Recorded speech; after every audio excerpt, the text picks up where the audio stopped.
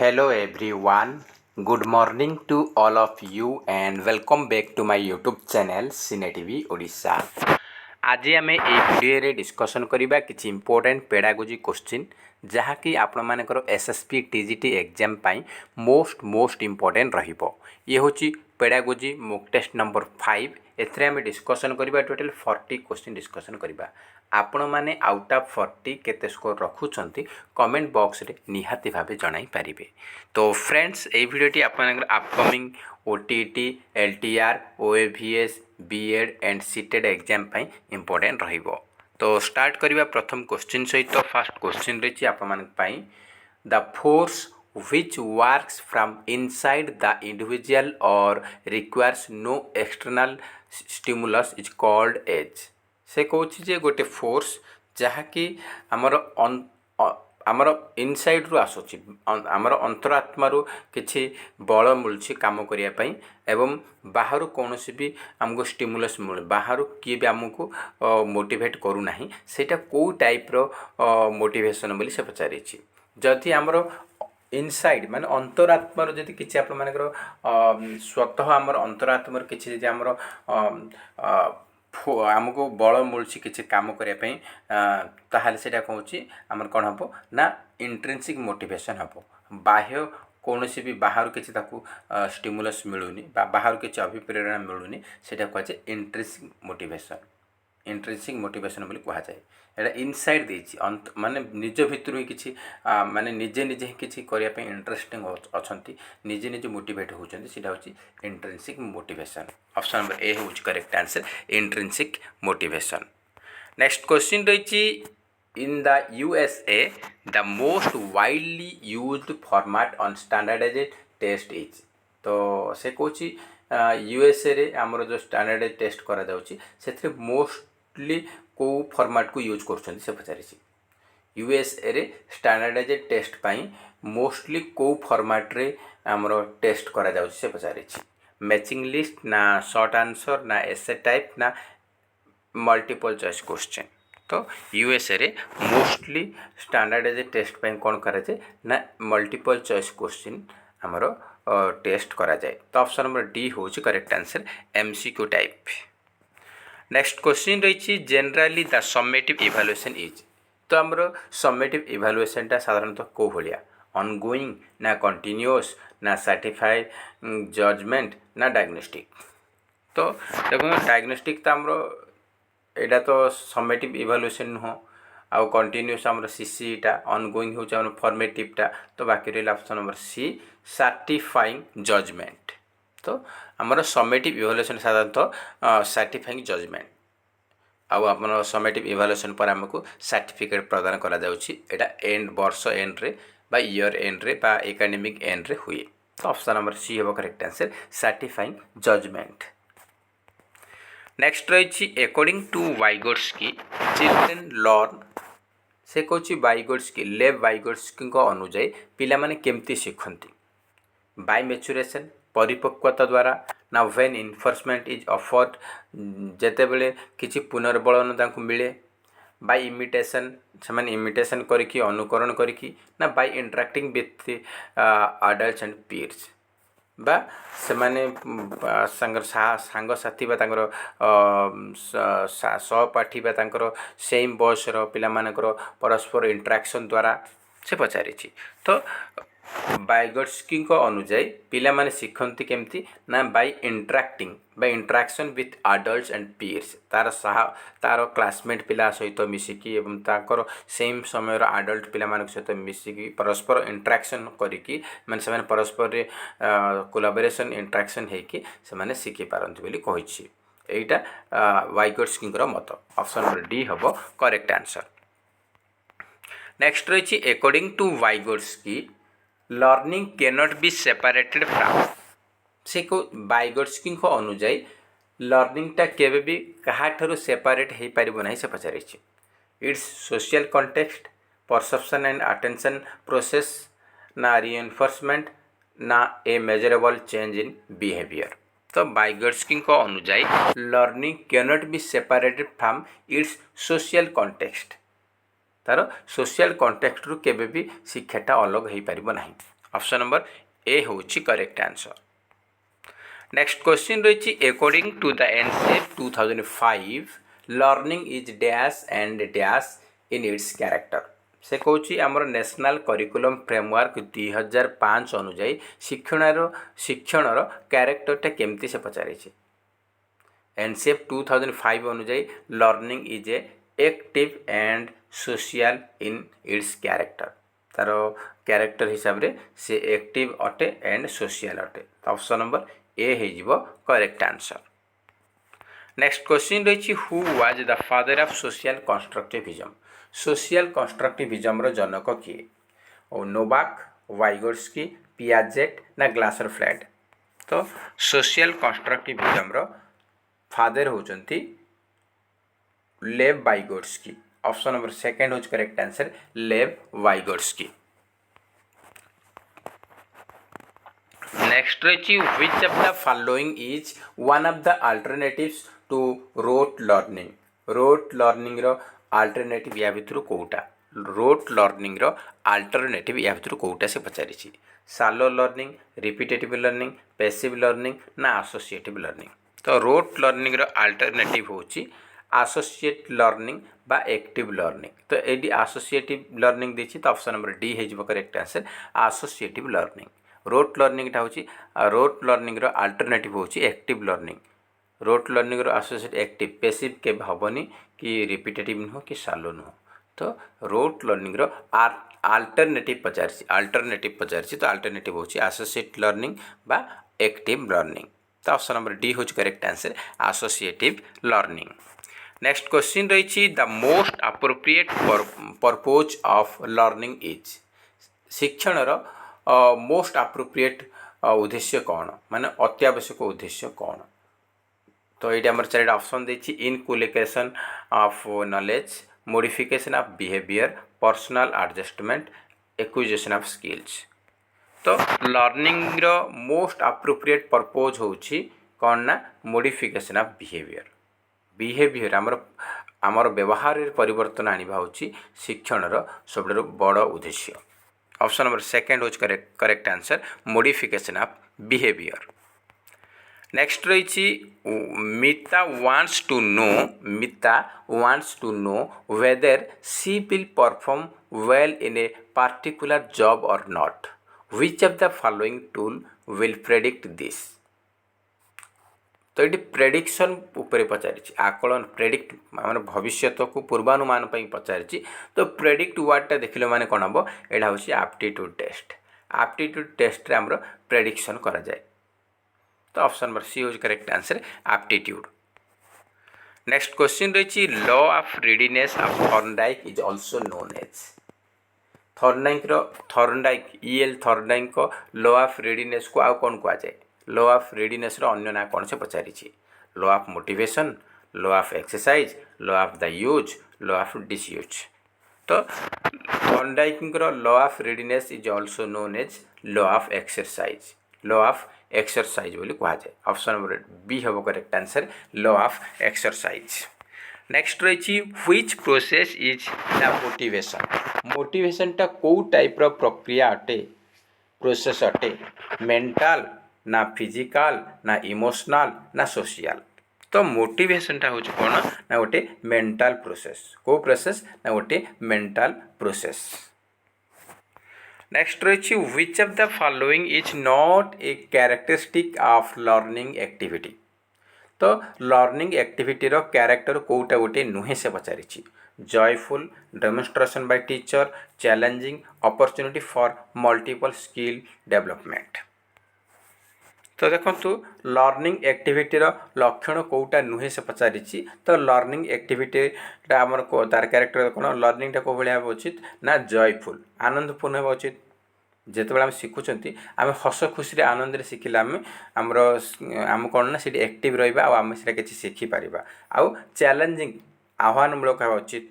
आउ opportunity for multiple skill development माने आमको बहु प्रकार स्किल रो डेवलपमेंट सुजोग मिलवा उचित। ये तीनटा जाक तार कैरेक्टरिस्टिक अटे। किंतु डेमोन्स्ट्रेशन बाय टीचर द्वारा डेमोन्स्ट्रेशन टा टीचर सेंटर्ड अटे लर्नर सेंटर नुह तो यहाँ लर्नर कौन सी एक्टिविटी नुह ये टीचर ही जहाँ किसी पढ़ेबे जीवे तो यहाँ डेमोन्स्ट्रेशन मेथडटा लर्निंग एक्टिविटी रो कैरेक्टर नुहे तो ऑप्शन नंबर बी हम correct answer demonstration by teacher is not a characteristic of learning activity option number B होची करेक्ट आंसर नेक्स्ट क्वेश्चन रही if a students does not have willingness to study then you cannot expect good results from him. This statement reflects which principle of learning? से कहूँ जदि जड़े छात्र तार पढ़ार इच्छा नहीं ताहले तुम केबे भी ता पाखरे आशा करबोनी जे से भल मार्क रखिबो बा भल रिजल्ट बा फल दबो बोली तुम केबे भी आशा करबो नाही। एई स्टेटमेंटटा हमर लर्निंग प्रिंसिपल रो लर्निंग रो को प्रिंसिपल को रिफ्लेक्ट करूची प्रतिफलित करूची बोली से पचारिछि। जदि गोटे पिला पढ़ार इच्छा नहीं ताको आम जबरदस्ती पढ़े किसी लाभ नहीं तो जदि तार पढ़ार इच्छा नहीं ताहले ताको जदि आम ता पाखरे आम केबे भल मार्क रखिबो बोली आशा करबा नहीं। एटा को रही लॉ ऑफ रीडिनेस उपरे आमर आधारित ऑप्शन नंबर सी हो correct answer law of readiness प्रस्तुति नियम उपरे एटा आधारित। नेक्स्ट रही which of the following is a projected teaching aid कोटा से पचारि पेंटिंग मॉडल कंप्यूटर हैंडीक्राफ्ट तो प्रोजेक्टेड टीचिंग एड हूँ कौटा ना आमर कंप्यूटरटा हूँ projected teaching aid option number C हूँ करेक्ट आंसर। नेक्स्ट क्वेश्चन देखिबा नेक्स्ट क्वेश्चन रही आपण which of the following stage marks the involvement of children in there Pir groups तो आमर कौ एज रे पिला माने कौ एज रे तांकर पीर ग्रुप्स रे पिला माने इन्वॉल्व होती माने निज क्लासमेट बा सहपाठी सहित मिसिकी गोटे ग्रुप करके से माने किछि भी करंती सेटा को स्टेज को जाए सेटा को स्टेज रे ना सेटा होछि हमर एडोलेसेंस स्टेज कैशोर अवस्था ऑप्शन नंबर सी हो correct answer adolescence stage. Next रही which is not an external motivation कोटा गोटे बाह्य अभिप्रेरणा नुहे आमर मोटिवेशन उपर आमर सिलेबस रही तो फ्रेज अवार्ड्स रिकग्निशन इंटरेस्ट कोटा आमर बाह्य अभिप्रेरणा नुहे से पचारि तो देखो एक्सटर्नल मोटिवेशन होची आमर फ्रेज माने आमर प्रशंसा करिबा अवार्ड पुरस्कृत करिबा रिकग्निशन स्वीकृति प्रदान करिबा एगुडा हूँ आपंकर कौन ना आ पनिशमेंट आ prize praise award recognition punishment एगुडा हूँ आमर एक्सटर्नल मोटिवेशन एगुडा हूँ बाह्य अभिप्रेरणा तो बाकी कौटा रहा इंटरेस्ट हूँ आमर कौन ना एटा इंटरनल मोटिवेशन कहीं आमर इच्छाटा आम अंतरात्मा आसूँ इच्छा है एथर मु मैट्रिक रे फर्स्ट डिविजन हेबी से गोटे पिला तार मनर जो निजक इच्छा निजर इच्छा शक्ति अच्छी ताले से 8 घंटा 9 घंटा परिश्रम करके से फास्ट हो तो निज अंतरात्म जहाँ आसूँ से हूँ आमर इच्छाटा गोटे निज अंतर आसूँ तो यहाँ हूँ इंट्रिंसिक मोटिवेशन कौन ना intrinsic motivation not external motivation option number D हूँ करेक्ट आंसर। नेक्स्ट क्वेश्चन रही which of the following is an audio visual aid कोटा गोटे दृश्य श्राव्य उपकरण माने देखि परिबा सुनी परिबा tape recorder map computer model तो देखो टैप रेकर्डर रे आपण केवल सुनी पारिबे मैप रे देखि पारिबे मॉडल देखि पारिबे किंतु कंप्यूटर रे देखि पारिबे एवं सुनी पारिबे तो ऑप्शन नंबर सी होज correct answer computer is an audio visual add.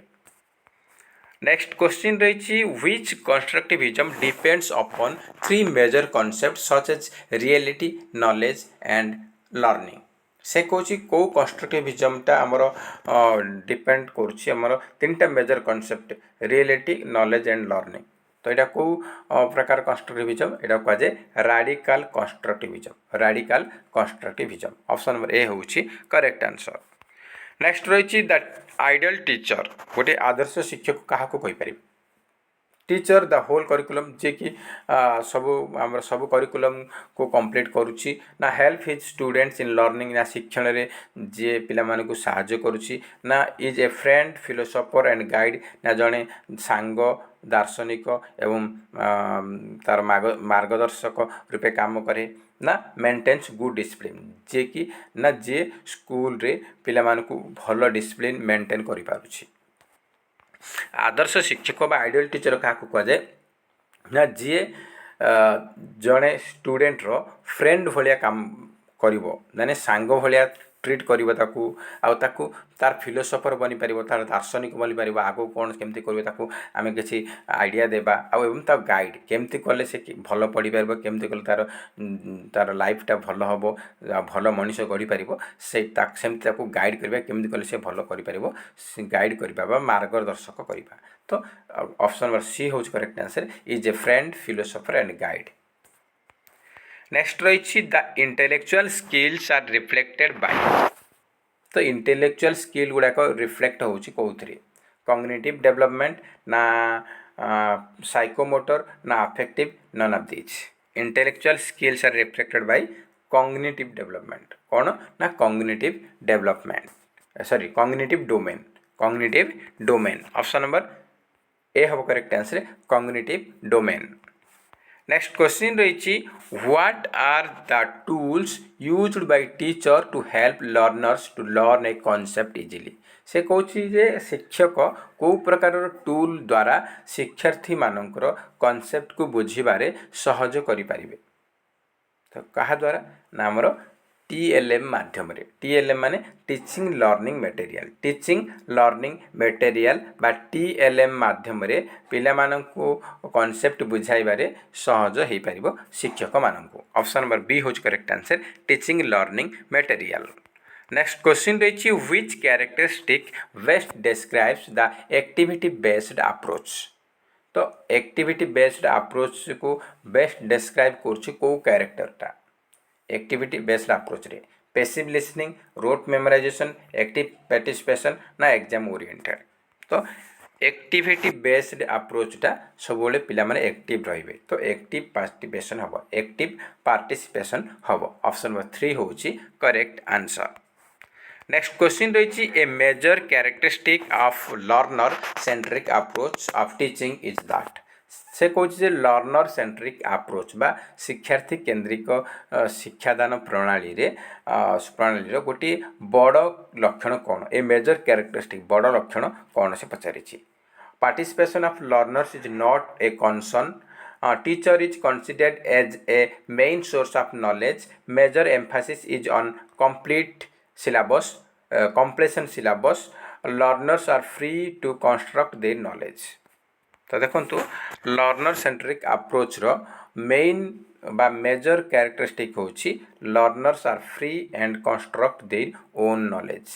Learner माने मुक्त भाव रे निजर ज्ञान को गठन करिबारे तांको गठन करें यहाँ हूँ आमर लर्नर सेंट्रिक अप्रोच रो गोटे बड़ लक्ष्य बा बड़ उद्देश्य बा कैरेक्टर अटे लक्षण अटे। नेक्स्ट क्वेश्चन रही a rubric developed as a part of assessment process act as. तो असेसमेंट प्रोसेस रो रूब्रिक गोटे बड़ पार्ट जहाँकि आमर रूब्रिक गोटे अंशविशेष असेसमेंट प्रोसेस रे। तो रूब्रिकटा को भाया काम करुच्ची से पचारि रूब्रिक एक्ट एज रूब्रिक आमर को भाया काम करुच्ची ना स्कोरिंग गाइड रूपे काम करुच्ची scoring guide. Option number D हम करेक्ट आंसर स्कोरिंग गाइड एटा RHT आमर जो रिसेंटली होता 2023 आसीथिला स्कोरिंग गाइड भावे काम करे रूब्रिक।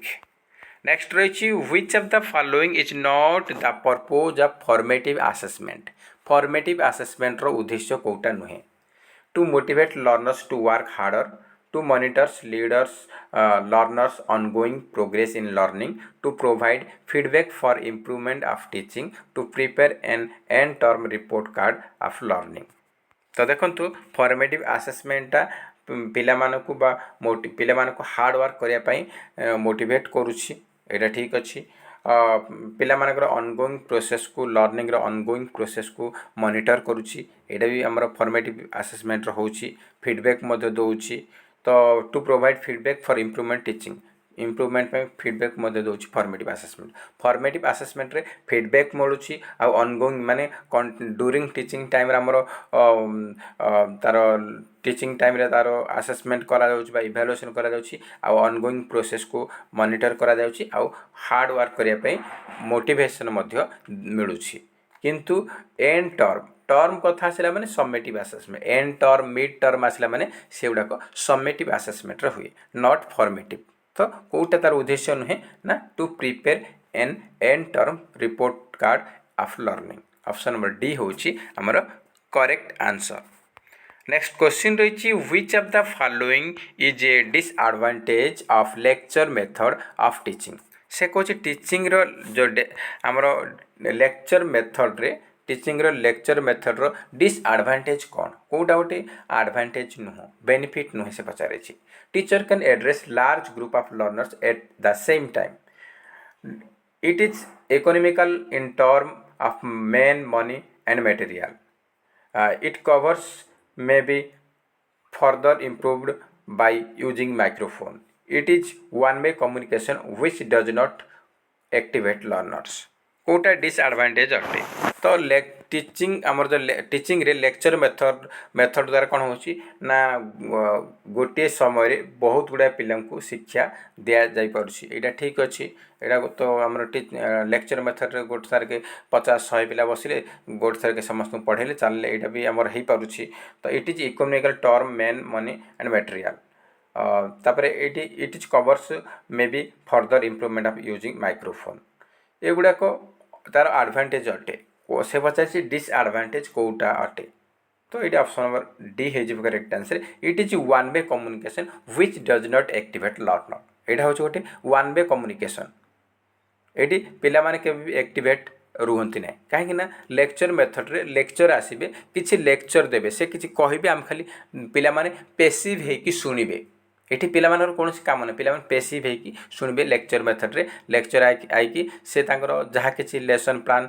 लेसन जहाँ कि से फटाफट कहीकि जीवे पिला माने केवल चुपचाप शुणिकी रहिबे सेठी पिला माने पेसिव रोच एक्टिव रहंती नाही तो यहाँ केवल वन वे कम्युनिकेशन कहीं टीचर ही सब किसी कहते पिला माने तो पिला teacher and student Madhya interaction हम बोले से आमर एक्टिव हो पारे पिला माने तो ये इंटराक्शन नुह तो ये आपंकर वन वे कम्युनिकेशन केवल टीचर ही कहते पिला माने शुणुंट जड़े ही कहते से वन वे कम्युनिकेशन और ये पिला माने टीचर लेक्चर मेथड रे पिला माने केबे भी एक्टिव नुहंती सेठी टीचर ही एक्टिव रुहंती पिला माने पेसिव रहउचंती तो aid does not active learner एटा होची तार गोटे डिसएडवांटेज अटे ऑप्शन नंबर डी होची करेक्ट आंसर नेक्स्ट रही what characteristic is the continuous abstract of CCA तो से कौच सीसीए रे जो कंटिन्यूअस एस्पेक्ट रो कैरेक्टर कौन से पचारे सीसीए रे कंटिन्यूअस एस्पेक्ट रो कैरेक्टर कौन से पचारे annual assessment of students regular and periodic evaluation only during semester ends occasional feedback on performance CCA continuous comprehensive आमर असेसमेंट तार कंटिन्यूअस एस्पेक्ट रो कैरेक्टर कौन से पचारे तो करेक्ट आंसर जीवो option number second regular and periodic evaluation regular and periodic evaluation next question रही which of the following is most essential for learning तो शिक्षण पे कोटा अति आवश्यक अटे good parent child relationship high intelligence good school environment desire to learn तो देखंतु लर्निंग रो मोस्ट एसेंशियल होची लर्निंग रो मोस्ट एसेंशियल होची कोटा ना डिजायर टू लर्न पिलाटा शिखिबार इच्छा थिबार अछि डिजायर टू लर्न होची most essential to learning for learning तो ऑप्शन नंबर 4 होची correct answer desire to learn next रही in a class student work together in groups on a project it is an example of से कौच गोटे class रे किसी student group है कि एकाठी है कि किसी प्रोजेक्ट उपरे काम करुछंती सेटा कहार उदाहरण अटे तो पिला माने ग्रुप होइके काम करूछंती तो सेटा कोन कह जाय social constructivist approach social constructivist approach बोली कह जाय ऑप्शन नंबर 3 होची करेक्ट आंसर नेक्स्ट रही which of the following is a disadvantage of teacher made test रे डिसएडवांटेज कोटा बेनिफिट नुहे से पचारि in expensive cost closely related to specific learning objectives, unknown reliability and validity, time involvement to create. तो teacher made test शिक्षक द्वारा किसी test करा जाउची सेथरे कोन इन एक्सपेंसिव कॉस्ट आमर बेसी पैसा खर्च होनी teacher made test teacher pen नहीं कि पेपर नहीं कि किसी क्वेश्चन बनै कि से आम टेस्ट करेंगे तो से तो पैसा खर्च नहीं से सस्तार हो जाउची तो यहाँ तार गोटे आडभांटेज अटे से सस्तार होटा तो तार बेनिफिट अटे तापर स्पेसिफिक लर्निंग ऑब्जेक्टिव सहित रिलेट करके पढ़ेब यहाँ भी होची आउ एठी टाइम इन्वॉल्वमेंट टू क्रिएट आमर यहाँ जो टीचर में टेस्ट करने समय मध्य खर्च होची समय मध्य होची तो कोटा तार डिसएडवांटेज पचारि तो ऑप्शन नंबर सी हम correct answer unknown reliability and validity teacher में टेस्ट गोटे स्टैंडर्ड टेस्ट नुहे टीचर में टेस्ट शिक्षकों द्वारा होची तो एथे कौन किसी तार उद्देश्य को माने से आम जापर नहीं वैलिडिटी वैधता आउ रिलायबिलिटी तार विश्वसनीयता को आम जापर ना टीचर में टेस्ट रे रिलायबिलिटी वैलिडिटी अननोन रही तो ऑप्शन नंबर सी होची करेक्ट आंसर नेक्स्ट क्वेश्चन रही the main purpose of assessment should be तो असेसमेंट रो मेन उद्देश्य केमती हेबा उचित मुख्य उद्देश्य कौन हेबा उचित से पचारिछि to point out the error of the learners to measure the achievement of learners to decide if a student should be promoted to next class to diagnose and remedy gaps in learning तो ये आमर option number D तो देखते correct answer जो option number D assessment रो मुख्य उद्देश्य होची जे पिला मानकु डायग्नोज करबा पिला को चिन्हट करबा जे पिला मानकर कोउथरे कोन कमी रह जाउची कोउथरे तार वीकनेस रहिची सेटा को हमें फाइंड आउट करबा देन ताकू तार जोटी गैप रह जाउची जोटी से वीक पॉइंट रहिची सेटा को हमें दूर करबा पई ताकू रेमेडियल टीचिंग देबा बा प्रतिकारात्मक शिक्षण देबा जहा द्वारा तार जो गैप रोची तार वीक पॉइंट रोची सेटा को हमें कवर करि परिबा रिकवर करिकि तार लर्निंग को इंप्रूवमेंट करि परिबा तो असेसमेंट रो मेन पर्पज मुख्य उद्देश्य होची to diagnose and remedy gaps in learning शिक्षण रे पिलाटा कोठी कौन कमी रही कौन तार स्ट्रंग पॉइंट कोठी रही माने कोथरे से भल पाठ पढ़ी पारुची कोठी तार वीक पॉइंट रही आ से वीक पॉइंट को आम टार्गेट करबा जो कोठी तार वीक पॉइंट सेटा को आम चिन्हट करबा चिन्हट कला परे तार वीक पॉइंट को दूर करबा पे आम ता हिसाब रे आम ताकू कोन करबा ना लेसन प्लान करके ताकू तार रेमेडी जो रही तार जो कमी रही सेटा को आम रिकवर करि परिबा जहाँद्वारा तार लर्निंग इम्प्रूवमेंट हो पार तो ऑप्शन नंबर डी हूँ correct answer to diagnose and remedy gaps in learning next question रही आपंपाई which of the following factor has least effect on learning से कहे लर्निंग रे या भीतर को फैक्टरटा कम प्रभाव पकाउछि fatigue age illness gender differences तो लीस्ट इफेक्ट पकाउछि सबुठारु शिक्षण सबुठारु कम इफेक्ट पकाउछि gender difference option number D हम करेक्ट आंसर नेक्स्ट क्वेश्चन रही a or an dash assessment is one which measures what it is intended to measure या भितर से कौन को असेसमेंट